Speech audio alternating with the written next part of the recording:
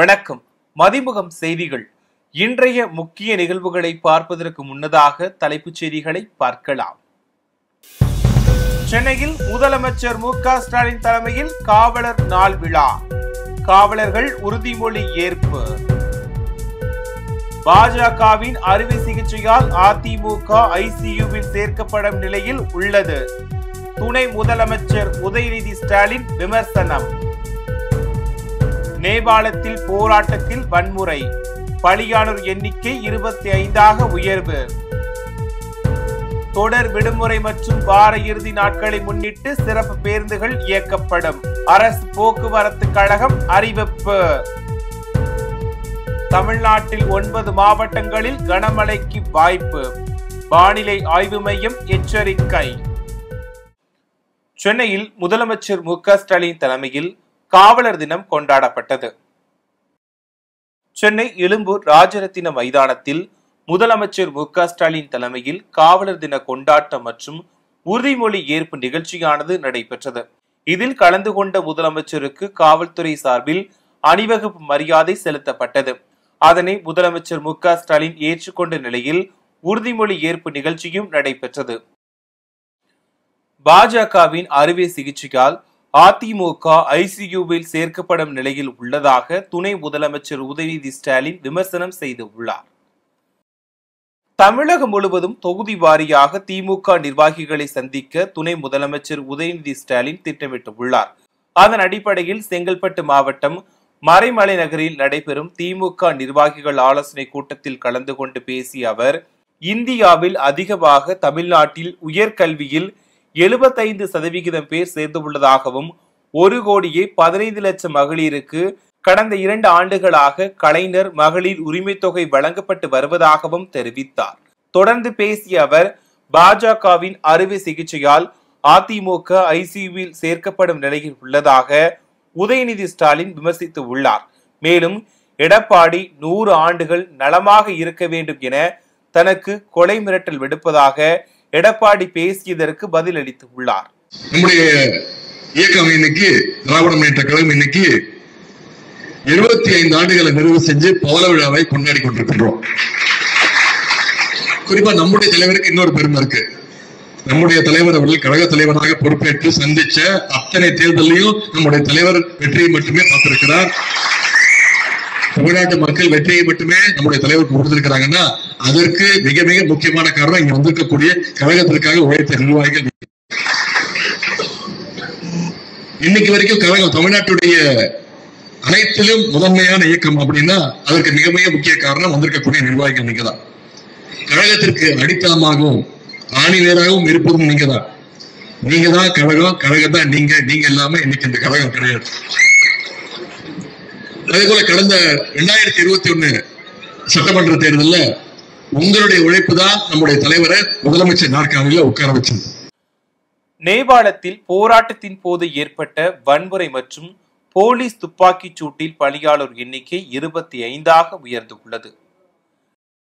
நேபாளத்தில் சமூக வலைதள நிறுவனங்கள் அனைத்தும் அந்நாட்டு தகவல் தொலைத்தொடர்பு சட்டத்தின் கீழ் பதிவு செய்ய வேண்டும் என உத்தரவிட்டது. ஆனாலும் சமூக வலைதள நிறுவனங்கள் நேபாளத்தில் பதிவு செய்ய முன்வரவில்லை. இதன் காரணமாக கடந்த 4ஆம் தேதியுடன் அந்நாட்டில் மொத்தம் 26 சமூக வலைதளங்களுக்கு அந்நாடு தடை செய்து உத்தரவிட்டது. இதனையடுத்து அந்நாட்டு இளைஞர்கள் இதற்கு கடும் எதிர்ப்பு தெரிவித்து திடீரென போராட்டத்தில் ஈடுபட்டனர். இதன் காரணமாக அந்நாட்டின் தலைநகரான காத்மாண்டு மிகப்பெரிய போராட்ட களமாக மாறியது. மேலும் அந்நாட்டு நாடாளுமன்றம் முற்றுகையும் நடைபெற்றது. இதனால் போலீசார் போராட்டக்காரர்கள் மீது துப்பாக்கிச்சூடு நடத்தினர். இந்நிலையில் நேபாள பிரதமர் சர்மா ஒலியின் வீட்டிற்கு தீ வைத்தனர். இப்படி தொடர்ந்து அங்கு பதற்றமான சூழல் நிலவி வரும் சூழலில் தற்போது நேபாள பிரதமர் சர்மா ஒலி தனது பதவியை ராஜினாமா செய்துள்ளார். நேபாளத்தில் நாட்டின் பாதுகாப்பு சட்டம் ஒழுங்கை பராமரிக்க ராணுவம் ஆட்சியை கைப்பற்றியது. இதனிடையே நேபாளத்தின் ஸ்திரத்தன்மை வளமை அமைதி மிகவும் முக்கியத்துவம் வாய்ந்தது. எனவே நேபாள நாட்டு சகோதர சகோதரிகள் அமைதி காக்குமாறு கேட்டுக்கொள்வதாக பிரதமர் மோடி குறிப்பிட்டுள்ளார். இந்நிலையில் நேபாளத்தில் போராட்டத்தின் போது ஏற்பட்ட வன்முறை மற்றும் போலீஸ் துப்பாக்கிச் சூட்டில் பலியானோர் எண்ணிக்கை 25ஆக உயர்ந்துள்ளது. மேலும் 600 பேர் காயமடைந்துள்ளனர். தொடர் விடுமுறை மற்றும் வார இறுதி நாட்களை முன்னிட்டு சிறப்பு பேருந்துகள் இயக்கப்படும் என தமிழ்நாடு அரசு போக்குவரத்து கழகம் அறிவித்துள்ளது. இது தொடர்பாக அரசு விரைவு போக்குவரத்து கழக மேலாண் இயக்குநர் வெளியிட்டுள்ள அறிக்கையில், தொடர் விடுமுறை மற்றும் வார இறுதி நாட்களை முன்னிட்டு சென்னையில் இருந்தும் மற்றும் பிற இடங்களில் இருந்தும் கூடுதலான பயணிகள் தமிழகம் முழுவதும் பயணம் மேற்கொள்வார்கள் என எதிர்பார்க்கப்படுகிறது. இதனை கருத்தில் கொண்டு தமிழ்நாடு அரசு போக்குவரத்து கழகங்கள் தினசரி இயக்கப்படும் பேருந்துகளுடன் கூடுதலாக 1055 சிறப்பு பேருந்துகள் இயக்கப்பட உள்ளதாக தெரிவிக்கப்பட்டுள்ளது. அதன்படி கிளாம்பாக்கத்தில் இருந்து செப்டம்பர் 12ஆம் தேதி 355 பேருந்துகளும் 13ஆம் தேதி 350 சிறப்பு பேருந்துகளும் இயக்கப்படுகின்றன. அதேபோல் கோயம்பேட்டில் இருந்து செப்டம்பர் 12, 13இல் தலா 55 சிறப்பு பேருந்துகள் இயக்கப்படுகின்றன. மேலும் பெங்களூர், திருப்பூர், ஈரோடு, கோவையிலிருந்து பல்வேறு இடங்களுக்கு 200 பேருந்துகளும், மாதவரத்திலிருந்து தலா 20 பேருந்துகள் இயக்கப்பட உள்ளன.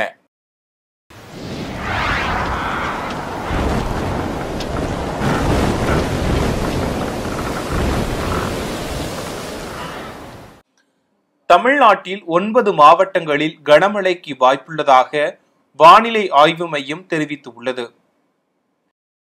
தென்னிந்திய பகுதிகளின் மேல் ஒரு வளிமண்டல மேலடுக்கு சுழற்சி நிலவுகிறது. இதனால் தமிழகம், புதுவை மற்றும் காரைக்கால் பகுதிகளிலும் இடி மின்னலுடன் கூடிய மிதமான மழை பெய்யக்கூடும் என வானிலை ஆய்வு மையம் தெரிவித்துள்ளது. இந்நிலையில் தமிழ்நாட்டில் 9 மாவட்டங்களில் கனமழைக்கு வாய்ப்புள்ளது என வானிலை ஆய்வு மையம் தெரிவித்துள்ளது. அதன்படி கோயம்புத்தூர் மாவட்டத்தின் மலைப்பகுதிகள், நீலகிரி, தேனி, திண்டுக்கல், தருமபுரி, சேலம், கள்ளக்குறிச்சி, திருவண்ணாமலை மற்றும் விழுப்புரம் ஆகிய 9 மாவட்டங்களில் கனமழை பெய்ய வாய்ப்புள்ளதாகவும் வானிலை ஆய்வு மையம் கணித்துள்ளது. சென்னை மற்றும் அதன் புறநகர் பகுதிகளை பொறுத்தவரையில் வானம் ஓரளவு மேகமூட்டத்துடன் காணப்படும் எனவும், நகரின் ஒரு சில பகுதிகளில் இடி மின்னலுடன் கூடிய லேசானது முதல் மிதமான மழை பெய்ய வாய்ப்புள்ளது எனவும் தெரிவிக்கப்பட்டுள்ளது. இந்தியாவும் அமெரிக்காவும் நெருங்கிய நண்பர்கள் என்று பிரதமர் மோடி பதிவிட்டுள்ளார். இந்தியா அமெரிக்கா இடையிலான வர்த்தக தடைகளை தீர்க்க விரும்புவதாக அதிபர் ட்ரம்ப் சமூக வலைதள பக்கத்தில் பதிவிட்டிருந்தார். அதில் இந்தியா அமெரிக்கா இடையிலான வர்த்தக தடைகளை தீர்க்க தொடர்ந்து பேச்சுவார்த்தை நடைபெற்று வருவதாகவும், தனது நண்பர் பிரதமர் மோடியுடன் பேச ஆவலுடன் காத்திருப்பதாகவும் பதிவிட்டுள்ளார். இரு பெரிய நாடுகளுக்கும் சாதகமான முடிவை எட்டுவதில் எந்த சிரமமும் இருக்காது என தான் உறுதியாக நம்புவதாக ட்ரம்ப் தெரிவித்திருந்தார். இதற்கு பதிலளித்து உள்ள பிரதமர் மோடி, அதிபர் ட்ரம்புடன் பேச தானும் ஆவலுடன் காத்திருப்பதாகவும், இரு நாட்டு மக்களுக்கும் ஒளிமயமான வளமான எதிர்காலத்தை பாதுகாக்க இணைந்து செயல்படுவோம் என பதிவிட்டுள்ளார். இந்தியா அமெரிக்க கூட்டாண்மையின் திறனை திறக்க வர்த்தக பேச்சுவார்த்தைகள் வழிவகுக்கும் எனவும் அவர் நம்பிக்கை தெரிவித்துள்ளார். கட்சியை ஒன்றிணைக்கும் அதிமுக முன்னாள் அமைச்சர் செங்கோட்டையனின் முயற்சி வெற்றி பெறும் என முன்னாள் முதலமைச்சர் ஓ பன்னீர்செல்வம் கூறியுள்ளார். மதுரை விமான நிலையத்தில் செய்தியாளர்களை சந்தித்த ஓ பன்னீர்செல்வம், அதிமுக ஒன்றிணைய வேண்டும் என்பதன் அடிப்படையில் அது எந்த ரூபத்தில் எப்படி வந்தாலும் முழு மனதுடன் வரவேற்பதாகவும் அதற்கும் ஒத்துழைப்பு தருவதாகவும் தெரிவித்தார். மேலும் கட்சியை ஒன்றிணைக்கும் அதிமுக முன்னாள் அமைச்சர் செங்கோட்டையனின் முயற்சி வெற்றி பெறும் எனவும் ஓ பன்னீர்செல்வம் தெரிவித்தார். ஒன்றிணைய வேண்டும் என்ற தத்துவத்தின் அடிப்படையில் அது எந்த ரூபத்தில் எப்படி வந்தாலும் நான் முழு மனதோடு வரவேற்கிறேன். அதற்கு முழு ஒத்துழைப்பும் தருவேன். இந்த தேர்தலுக்குள்ள ஒன்றிணைந்தாலான சார் நம்ம 2026 ஆட்சி அமைப்பதற்கான வாய்ப்பு இருக்கு. அப்படி ஒன்றிணைலாட்டா திமுக சாதகமாக அமைச்சிருமே சார். உங்களுடைய கருத்து வரவேற்கக்கூடியது. அதுதான் நடக்கும். ஒன்றிணைய வேண்டும் என்ற எண்ணம் அனைவர் மனத்திலும் இருக்கிறது. ஒன்றிணைய வேண்டும். அப்படி ஒன்றிணைந்தால்தான் புரட்சித் தலைவர் எம்ஜிஆர் அவர்கள், புரட்சித் தலைவர் மாண்புமிகு அம்மாவுடைய எண்ணம் நிறைவேறும், ஈடேறும். என்னை பொறுத்தவரையில் அவர் எடுத்திருக்கின்ற முயற்சி உறுதியாக வெற்றி பெறும். வெற்றி பெற என்னுடைய வாழ்த்துக்கள். பல்வேறு மாவட்டங்களில் நடைபெற்ற நிகழ்வுகளை களத்தில் மதிமுகம் பகுதியில் பார்க்கலாம்.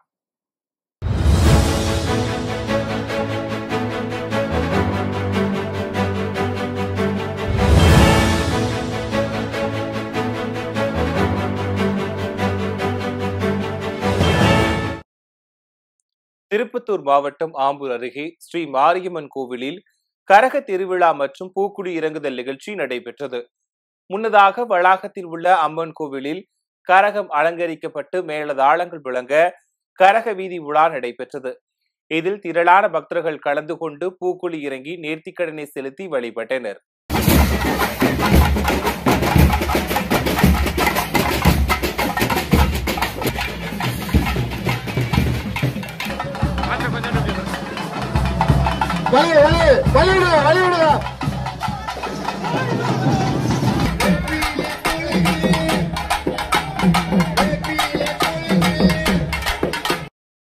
நாகை மாவட்டத்தில் பருவம் தவறிய மழையால் அழிந்த நெல் உளுந்து பயிருக்கு இதுவரை நிவாரணம் வழங்காத காப்பீடு நிறுவனத்தை கண்டித்து தமிழ்நாடு விவசாய சங்கங்களின் கூட்டு இயக்கத்தினர் ஆட்சியர் அலுவலகம் முன்பு கண்டன ஆர்ப்பாட்டத்தில் ஈடுபட்டனர்.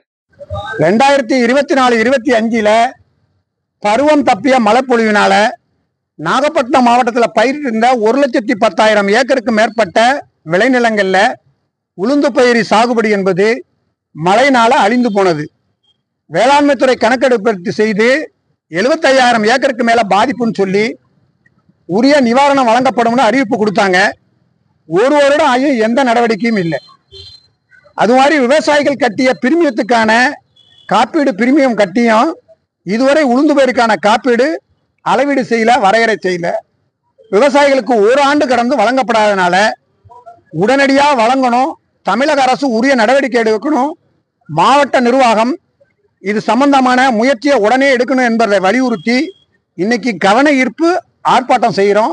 அந்த வகையில் உடனடியாக தமிழக அரசு இதில் விஷயத்தில் தலையிட்டு வேளாண்மை துறை உரிய நிவாரணத்தையும் காப்பீடையும் வழங்கலைன்னா அடுத்த 15 தினங்கள்ல மாவட்டம் தழிய போராட்டம் நடக்கும் அப்படிங்கிற. ராணிப்பேட்டை முத்துக்கடை பேருந்து நிலையம் அருகில் ஜீவன் லைஃப் கேர் மருத்துவமனையின் சார்பில் தற்கொலை தடுப்பு விழிப்புணர்வு நடைபெற்றது. இதனை தொழிலதிபர் வினோத் காந்தி கொடியசைத்து துவக்கி வைத்தார். இதில் தற்கொலை எண்ணம் வராமல் இருக்க உடற்பயிற்சி, யோகா போன்றவைகளை செய்து காத்துக்கொள்ள வேண்டும் என விழிப்புணர்வு ஏற்படுத்தப்பட்டது. தூத்துக்குடி மாவட்டம் கோவில்பட்டி அருகே இலவச வீட்டுமனை பட்டா வழங்க வலியுறுத்தி முக்குளத்தூர் தொழிலாளர்கள் சங்கத்தினர் தாலுகா அலுவலகம் முன்பு ஆர்ப்பாட்டத்தில் ஈடுபட்டனர். தொடர்ந்து துணை வட்டாட்சியர் உமாதேவியிடம் தங்களது கோரிக்கை மனுவையும் வழங்கினர். நாகை அருகே பணி முடித்துவிட்டு திரும்பிய போலீசாரை வழிமறித்த 3 பேர் அவரை பீர்பாட்டில் மற்றும் கட்டையால் தாக்கி கொலை முயற்சியில் ஈடுபட்டனர். மேலும் அவர் வைத்திருந்த 3000 ரூபாய் மற்றும் செல்போனை பறித்துக் கொண்டு அங்கிருந்து தப்பிச் சென்றனர். இதில் பலத்த காயமடைந்த ரமேஷ் சிகிச்சைக்காக நாகை அரசு மருத்துவக் கல்லூரி மருத்துவமனையில் அனுமதிக்கப்பட்டு அங்கு சிகிச்சை பெற்று வருகிறார். இது குறித்த புகாரின் அடிப்படையில் 3 பேர் மீது வழக்கு பதிவு செய்து போலீசார் தேடி வந்தனர். இந்நிலையில் போலீசாரை தாக்கிய வழக்கில் சரவணன், மாரிசெல்வம் ஆகிய இருவரையும் கைது செய்தனர். மேலும் ஒருவரை போலீசார் தேடி வருகின்றனர். தூத்துக்குடி மாவட்டம் கோவில்பட்டி பகுதியில் கடந்த ஆண்டு பெய்த கனமழையால் விவசாயிகள் பயிரிட்டிருந்த உளுந்து, பாசி, மிளகாய், மக்காச்சோளம், வெங்காயம் உள்ளிட்ட பயிர்கள் மழைநீரில் மூழ்கி சேதமடைந்தன. இந்நிலையில் மழையால் பாதிக்கப்பட்ட விவசாய பயிர்களுக்கு நிவாரண தொகை வழங்க வலியுறுத்தி ஆட்சியர் அலுவலகத்தினை முற்றுகையிட்டு காங்கிரஸ் கட்சியினர் நூதன போராட்டத்தில் ஈடுபட்டனர். புதுச்சேரியில் போலீஸ் சைக்கிள் நிறுவனம் மூலம் பொதுமக்களிடம் 50 கோடிக்கு மேல் மோசடி செய்த அந்நிறுவனத்தின் தலைமை செயல் அதிகாரியை அமலாக்கத்துறை அதிகாரிகள் சென்னையில் கைது செய்தனர். தொடர்ந்து 8 மணி நேர விசாரணைக்கு பிறகு புதுச்சேரி நீதிமன்றத்தில் ஆஜர்படுத்தி காலாப்பட்டு சிறையில் அடைத்தனர். மேலும் விசாரணையில் போலியாக தொழிற்சாலையை ஒரு நாள் மட்டும் செட்டப் செய்து அதிகாரிகளை ஏமாற்றியது தெரிய வந்தது. தூத்துக்குடி மாவட்டம் சாலைப்புதூர் இபி காலனியைச் சேர்ந்த சரவணன் இருசக்கர வாகனத்தில் சென்று கொண்டிருந்த போது ஏற்பட்ட விபத்தில் காயமடைந்து மருத்துவமனையில் அனுமதிக்கப்பட்ட நிலையில் மூளைச்சாவு அடைந்தார். இதனையடுத்து அவரது குடும்பத்தினர் சரவணனின் உடல் உறுப்புகளை தானமாக வழங்கினர். இந்நிலையில் கோவில்பட்டியில் உள்ள அவரது இல்லத்திற்கு சென்ற சார் ஆட்சியர் ஹிமான்சு மங்கல் சரவணனின் உடலுக்கு மலர் வளையம் வைத்து அஞ்சலி செலுத்தினார். அரியலூர் மாவட்ட ஆட்சியர் கூட்டரங்கில் சிறுபான்மையினர் நலத்துறை சார்பில் சிறுபான்மையினர் பிரதிநிதிகள் மற்றும் அனைத்து துறை அலுவலர்களுடனான கலந்தாய்வு கூட்டம் ஆணைய தலைவர் சோஜோ அருண் தலைமையில் நடைபெற்றது. இதில் மாவட்ட ஆட்சியர் ரத்தினசாமி, சிறுபான்மையின ஆணைய நிர்வாகிகள் மற்றும் பல்துறை அதிகாரிகள் கலந்து கொண்டனர். தொடர்ந்து செய்தியாளர்களை சந்தித்த சோஜோ அருண், சிறுபான்மையினர்களுக்கான மத்திய அரசின் திட்டங்களுக்கான நிதி மற்றும் சிறுபான்மையின மாணவர்களுக்கான கல்வி உதவித்தொகை கடந்த 3 வருடங்களாக மத்திய அரசு வழங்கவில்லை என குற்றம் சாட்டினார். வேலூர் மாவட்டம் காட்பாடியில் உங்களுடன் ஸ்டாலின் திட்ட முகாம் மாவட்ட ஆட்சியர் சுப்புலட்சுமி தலைமையில் நடைபெற்றது. இதனை நீர்வளத்துறை அமைச்சர் துரைமுருகன் பார்வையிட்டு ஆய்வு மேற்கொண்டார். முன்னதாக செய்தியாளர்களை சந்தித்த துரைமுருகன், சிபி ராதாகிருஷ்ணன் துணை குடியரசுத் தலைவராக தேர்ந்தெடுக்கப்பட்டதற்கு வாழ்த்துக்களை தெரிவித்தார். மேலும் தமிழக வெற்றி கழக தலைவர் விஜய் ஸ்கிரீனுக்கு பின்னால் பேசலாம், வெளியே வந்து பேசட்டும் பார்ப்போம் என கூறினார். அதாவது ஒரு சிஎம் வந்து அங்கிள்னு கூப்பிட்டதே ஒரு பெரிய பிரச்சனையா சர்ச்சையா இருக்கு. ஸ்கிரீனுக்கு பின்னால் இருந்து பேசிக்கிட்டு இருக்காரு, வெளியில் வரட்டும் பார்ப்போம். அவரு தான் சனிக்கிழமைகள் மட்டும் கேம்பெயின் வச்சிருக்காரு விஜய். அதுக்கு எனக்கு நல்ல சனிக்கிழமை வச்சாலும் வெள்ளிக்கிழமை வச்சாலும் எங்க பணியை நாங்கள் செய்வோம். தங்கம் விலையில் மாற்றமின்றி ஒரு சவரன் 81,200 ரூபாய்க்கு விற்பனை செய்யப்படுகிறது. தொடர்ந்து அதிகரித்து வந்த தங்கம் விலை வரலாறு காணாத புதிய உச்சத்தை அடைந்து 81,200 ரூபாய்க்கு விற்பனையானது. இந்நிலையில் தங்கம் விலை மேலும் உயரும் என எதிர்பார்க்கப்பட்ட நிலையில் விலையில் மாற்றமின்றி விற்பனை செய்யப்படுகிறது. அதன்படி சென்னையில் 22 கேரட் ஆபரண தங்கத்தின் விலை 1 கிராம் 10,150 ரூபாய்க்கும் ஒரு சவரன் 81,200 ரூபாய்க்கும் விற்பனை செய்யப்படுகிறது. இதேபோல் வெள்ளியின் விலையும் மாற்றமின்றி 1 கிராம் வெள்ளி 140 ரூபாய்க்கும் 1 கிலோ வெள்ளி 1,40,000 ரூபாய்க்கும் விற்பனையாகிறது. செயற்கை நுண்ணறிவு வரவால் 2030ஆம் ஆண்டிற்குள் 99% வேலை வாய்ப்பு பறிபோகும் என அமெரிக்க பேராசிரியர் ரோமன் எம்போல்ஸ்கி தெரிவித்துள்ளார். அமெரிக்காவின் லூயிஸ் பல்கலைக்கழகத்தில் கணினி அறிவியல் பேராசிரியராக உள்ள ரோமன் எம்போல்ஸ்கி மனிதனை போன்ற செயற்கை நுண்ணறிவு வரும் 2027ஆம் ஆண்டிற்குள் பயன்பாட்டிற்குள் வர வாய்ப்புள்ளதாக தெரிவித்துள்ளார்.